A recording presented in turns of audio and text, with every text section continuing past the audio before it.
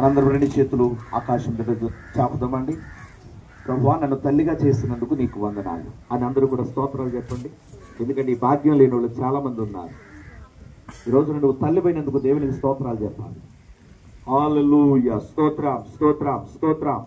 హల్లెలూయా హల్లెలూయా హల్లెలూయా హల్లెలూయా హల్లెలూయా. మహాగరుడవైన మా పరలోకపు తండ్రి, మీకు వందనాలు చెల్లిస్తున్నాను. ఘనత మహిమ ప్రభావాలు ఆరోపిస్తూ ఉన్నాను. ఇంతవరకు నా ప్రభువా,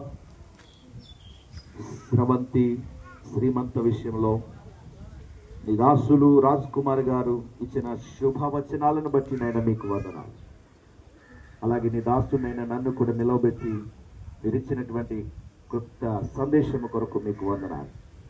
విత్తబడిన వాక్యములు విన్న వారందరి హృదయములలో నీరు కట్టి నూరంతలుగా ఫలింపచేయమని ప్రార్థిస్తున్నాను. కూడి వచ్చిన బిడ్డలందరినీ కూడా దీవించండి. జరగబోయే కార్యక్రమం నీ నామమే మాత్రమే జరిగించండి. యేసు నామములో అడుగుచున్నాను పరమ తండ్రి. ఆమేన్.